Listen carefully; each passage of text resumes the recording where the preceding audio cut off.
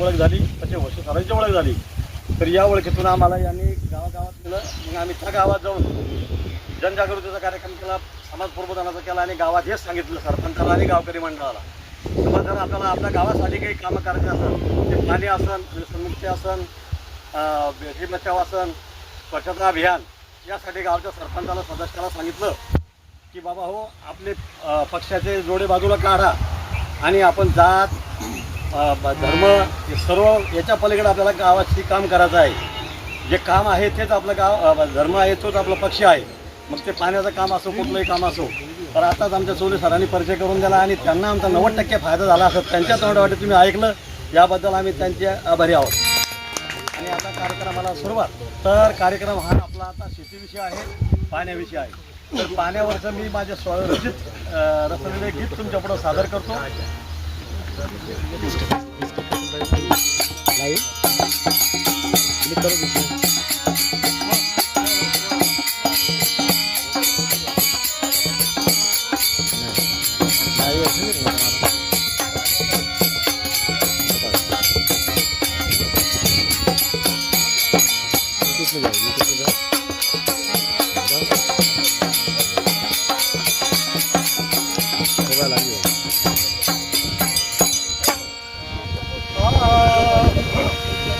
असं आहे की जुने लोक जो मुलगाचा पाणी पडला का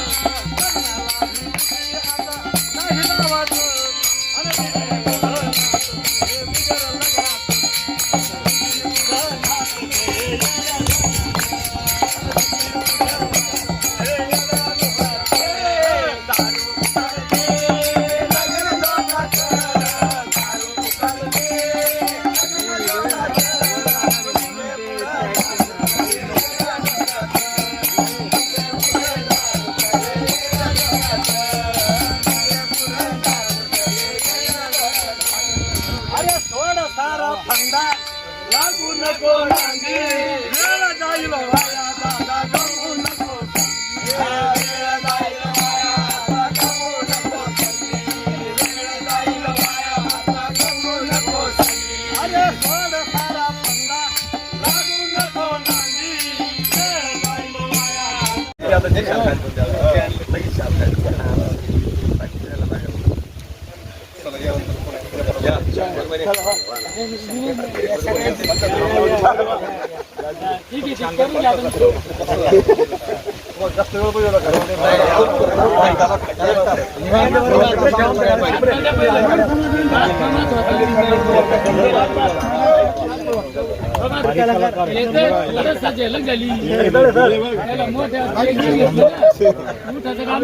जेवण येणार सगळ्याला जेवण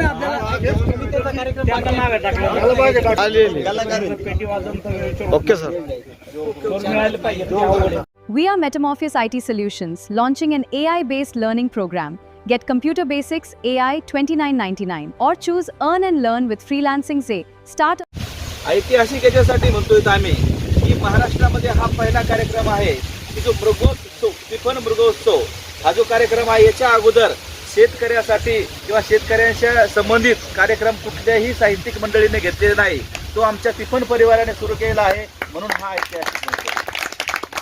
आणि दुसरी गोष्ट म्हणजे हे गाव जे आहे हे ऐतिहासिक गाव आहे. तुम्हाला तुमच्या गावाचा इतिहास माहीत आहे का नाही हे मला नाही माहीत, परंतु तुमच्या गावाचा इतिहास लिहिला आहे प्रकाश साळवे सरांनी. महाराष्ट्र शासन जिल्हा परिषदेमार्फत आम्ही एक उपक्रम सुरू केलेला आहे. त्या उपक्रमाचा मुख्य संयोजक मी आहे की हे जे साहित्य संमेलन भरतंय याचं सगळं नियोजन हे माझ्याकडे असतं. आणि त्याच्यामध्ये या वर्षीची एक थीम होती की महाराष्ट्रातील ऐतिहासिक म्हणजे छत्रपती संभाजीनगर जिल्ह्यातील ऐतिहासिक स्थळे की जो ऐतिहासिक वारसा आहे हा नामशेष होत चाललेला आहे. म्हणून आम्ही जे गावखेडे असतील त्या गावखेड्यातला जो काही जुना इतिहास आहे तो उजेडात आणण्याचा किंवा या नव्या पिढीला त्या समोर ठेवण्याचा आमचा एक प्रयत्न होता. त्यामुळं आम्ही एक मिटिंग घेतली मौलाना आझाद महाविद्यालयामध्ये एक मिटिंग घेतली आणि त्या मिटिंगमध्ये सर्वांना इतिहासाचं लेखन कसं करायचं आणि आपल्या गावात जो दडलेला इतिहास आहे तो जगासमोर कसा आणायचा तर चौका गावाचा आम्हाला तिथं हे आलं आणि सरांनी तो प्रश्न उपस्थित केला. सरांना त्याबद्दल आम्ही मार्गदर्शन केलं की त्यांनी खूप हैदराबाद गॅजेटपासून अभ्यास केलेला आहे. सरांनी ज्या तुमच्या गावाचा इतिहास हैदराबाद गॅजेटमध्ये आहे. हैदराबाद सरांनी त्या पुस्तकांच्या पुस्तकं टाळली, हैदराबाद गॅजेट टाळलं आणि त्याचा इतिहास लिहिला आहे. ते पुस्तक छत्रपती संभाजीनगर जिल्ह्याचा ऐतिहासिक वारसा म्हणून तुमच्यासमोर 1-2 दिवसात येईल. भुसे सरांचे खूप खूप धन्यवाद आणि आभार आहे, कारण मला त्यांनी या ऐतिहासिक कार्यक्रमाचा अध्यक्ष स्थान दिलं. फार मोठी माझ्यासाठी गोष्ट आहे. आता मला अध्यक्ष भाषण करायचं होतं ते भाषण तुमच्या आता करत नाही कारण मोठं भाषण आहे. तर भुसे सरांबद्दल सांगायचं झालं, तिपन परिवाराबद्दल सांगायचं झालं, तिपन वाचक चळवळीबद्दल जर सांगायचं झालं तर महाराष्ट्रामध्ये अनेक लिहित्या हातांना बळ देण्याचं काम हे भुसे सरांनी केलेलं आहे. की महाराष्ट्रातील जे काही तळागाळातील कवी लेखक आहेत या लेखकांना विचारमंच उपलब्ध करून देण्याचं काम केलं. आज हजारो साहित्यिक हे तिपन चळवळीनं महाराष्ट्रामध्ये घडवलेले आहेत. ही आमच्यासाठी आणि तिपन चळवळीसाठी फार मोठी भूषवाह गोष्ट आहे. मी आपल्या सर्वांचे आज ऐकून घेतलेलं आहे त्याबद्दल मी पहिले आभार व्यक्त करतो. आणि समारोपाची मी एक कविता तुमच्यासमोर ठेवतो. कृषक संस्कृतीचा वारस फुटणारा असल्यामुळे मी शेतकऱ्यांची जी कविता तुमच्यासमोर ठेवणार आहे की ज्या कार्यक्रमाची थीमच आहे आपली की हिरवं सफर किंवा हिरवं लेणं तिपन मृगोत्सव. तर आमचा जो भाग आहे मी जालना जिल्ह्यातील आहे तो पठारावरचा भाग आहे आणि फक्त पावसाच्या पाण्यावरची शेती आमच्याकडे चालते. त्याला बदल बागायती शेती वगैरे नाही. जे दुःख भोगलं जे अनुभवलं ते मी लिहिण्याचा प्रयत्न केला आहे. माझ्या पोशिंदा काव्य संग्रहामध्ये मी कविता घेतलेली आहे. तर त्या कवितेचं शीर्षक आहे हिरवं सफर. हे मराठवाड्यातली बोली आहे. काही शब्द ग्रामीण असल्यामुळे ते लवकर समजते नाही, परंतु जनरली जालना परभणी आणि आपली मराठवाड्यातली भाषा एकच आहे.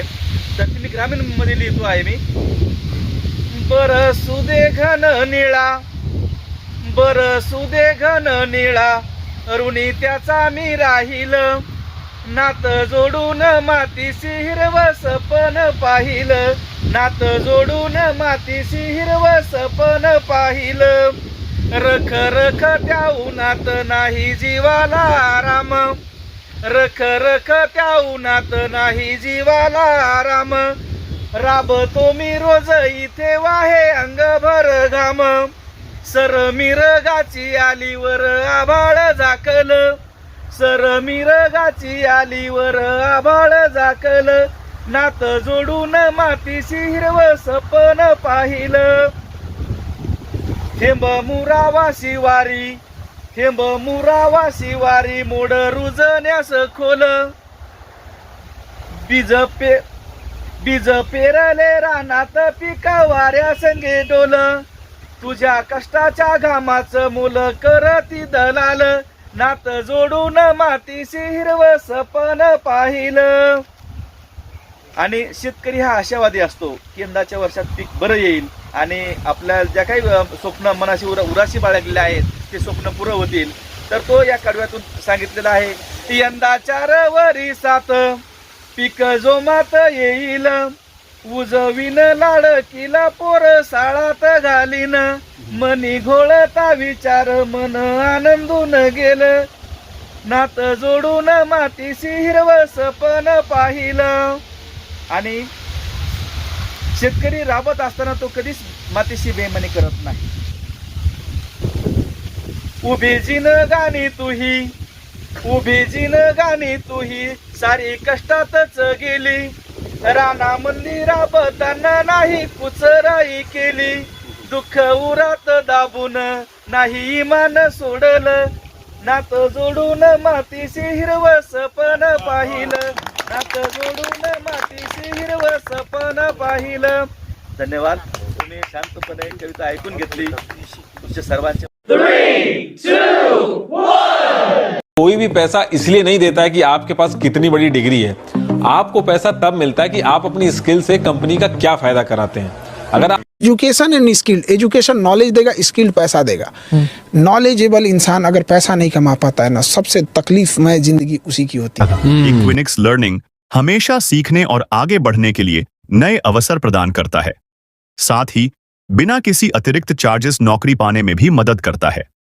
इक्विनिक्स अपनी श्रेणी में सर्वश्रेष्ठ और दूरस्थ इंटेलिजेंस ऑपरेशन टूल्स से कंप्यूटर कोर्स प्रदान करता है. क्लाउड, नेटवर्किंग और हार्डवेयर जैसे कुछ क्षेत्रों में तुरंत नौकरी मिलती है.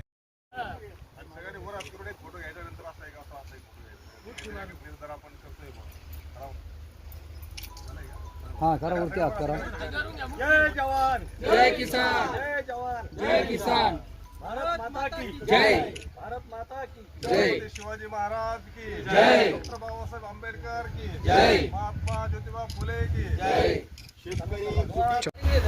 आज दिनांक 11 जून 2026 रोजी चौका गावा येथे ऐतिहासिक उत्सव की जो महाराष्ट्रामध्ये पहिल्यांदा होत आहे तो म्हणजे तिफन मृगोत्सव. साहित्य आणि शेतकरी यांचा फार जवळचा संबंध आहे. शेतकरी धान्य पेरून उगवतो त्यावेळेस जगाचं भरणपोषण होतं. तसंच साहित्यिक हे ज्यावेळेस साहित्य लिहितात त्यावेळेस हे समाजाच्या मनाची शांती होते. आज तिफन त्रैमासिक आयोजित पहिले मृगोत्सव या गावामध्ये संपन्न झालेला आहे. तिफन हे महाराष्ट्रामध्ये अनेक ठिकाणी वर्षभर राज्यस्तरीय वेगवेगळे उपक्रम आयोजित करत आहे. त्याच पद्धतीचा हा एक मोठा उत्सव आहे आणि ह्या चौका गावामध्ये ऐतिहासिक गावामध्ये ऐतिहासिक उपक्रम इथे संपन्न झालेला आहे. मी डॉक्टर शिवाजी हुसे सर यांचे या उपक्रमाबद्दल मनपूर्वक मी अभिनंदन करतो आणि त्यांना पुढील उपक्रमासाठी शुभेच्छा देतो. चौका गावातील उपस्थित सर्व शेतकरी बांधव, वेगवेगळ्या क्षेत्रातील मान्यवर की जे आज सकाळपासून इथे उपस्थित आहेत, फक्त शेतीनिष्ठ शेतीशी निष्ठा असणारे ही सर्व मंडळी इथे आहे की दगडावर महात्मा ज्योतिराव फुले म्हणतात की जिथं पाणी असेल तिथं दगडावर सुद्धा शेती फुलवल्या जाते, खडकावर शेती फुलवली जाते. तर आमचे दगडू भाऊ आणि चौका परिसरातील शेतकऱ्यांनी हे दाखवून दिलेलं आहे की पाण्याचं व्यवस्थापन कसं करायचं आहे आणि या गावातील लोकांनी पाण्याचं व्यवस्थापन करून इथे मळा फुलवलेला आहे. हे या गावासाठी अभिमानाची बाब आहे. हे डॉक्टर शिवाजी हुशे सरांनी हीच गोष्ट हेरून या सर्व साहित्यिक मंडळीला एकत्र करून या गावामध्ये सर्वात महत्त्वाचा जो उत्सव असतो शेतकऱ्यांच्या जीवनामधला, तो उत्सव म्हणजे पेरणीचा. आणि ही तिपणची पेरणी साहित्याच्या माध्यमातून आणि शेतकऱ्यांच्या साक्षीने आज इथे संपन्न झालेली आहे. एवढे बोलून माझे 2 शब्द संपवतो. आजच्या या टिफन महोत्सवामध्ये आमचे आदरणीय शिक्षक हुशे सर, आजच्या कार्यक्रमाचे अध्यक्ष आणि आमचे सर्व शेतकरी बांधव चौका येथील आजच्या या टिफन महोत्सवामध्ये कवी संमेलन आणि आमचं भगवान बाबा लोककला मंच आणि शेतकरी यांच्या संयुक्त विधानाने जो कार्यक्रम पार पडला, तर महाराष्ट्रामध्ये सध्याच्याला तिफन ही जोरापास्त होत चालली होती. पण हुशे सरांनी तिफन आणि गोफन या दोन्ही गोष्टीचं परत आठवण करून दिली. आणि ह्या गोष्टीची आठवण करून देताना आम्ही खरंच सांगायचं झालं, मृग नक्षत्र लागून एक 5-7 दिवस झाले, पण अजून काही शेतीवरती पण फिरली नाही. पण सरांच्या माध्यमातून ही तिफन आपण मृग राजाला प्रार्थना करू, ही तिफन लवकर आमच्या शेतात फिरू दे आणि हा महोत्सव असाच कायम होत राहो. आणि खरंच आम्ही चौकाजरी भाग्यवान आहे की हे तिफन महोत्सव चौक्यामध्ये साजरा झाला. त्याबद्दल सर्व मीडियाचे आणि हुशे सर, आमचे अध्यक्ष सरांचे सर्वांचे आभार मानतो. आणि हा कार्यक्रम असाच होत राहील. गावकऱ्यांतर्फे सर्वांचे आभार आणि धन्यवाद. आज मृग नक्षत्राच्या या पार्श्वभूमीवर चौका या ऐतिहासिक गावामध्ये तिफन मृगोत्सव आज मोठ्या उत्साहानं संपन्न झाला. या महोत्सवामध्ये या पंचक्रोशीतल्या शेतकऱ्यांनी आपला सहभाग दिला. एक वैचारिक अशा प्रकारची पेरणी या निमित्तानं झालेली आहे. साहित्य समाज यांचा अतिशय जवळचा अशा प्रकारचा संबंध असतो आणि शेतकऱ्यांची जी परिस्थिती निर्माण होत आहे दिवसेंदिवस, या परिस्थितीमध्ये आम्ही साहित्यिक मंडळीसुद्धा या शेतकरी बांधवांसोबत आहोत. हा विश्वास या निमित्तानं आम्ही त्यांना दिलेला आहे. आणि कदाचित हा महाराष्ट्रातला पहिला उत्सव असेल की शेती मातीचा उत्सव मृगोत्सव म्हणून या ठिकाणी साजरा झालेला आहे. त्रैमासिक तिफन हे शेती मातीचं प्रतिनिधित्व करणारं त्रैमासिक आहे आणि म्हणून या भूमिकेतून विचारांची पेरणी करण्यासाठी आम्ही या गावामध्ये हा महोत्सव घेतलेला आहे. सर्वांचे महोत्सव या कार्यक्रमाचा आज समारोप होत आहे आणि आलेले सर्व मीडिया व आलेले सर्व कवी यांचे आम्ही आभारी आहेत. आणि आमचं गाव खरंच ऐतिहासिक आहे. निजामकालीन हा चौका झालेला आहे.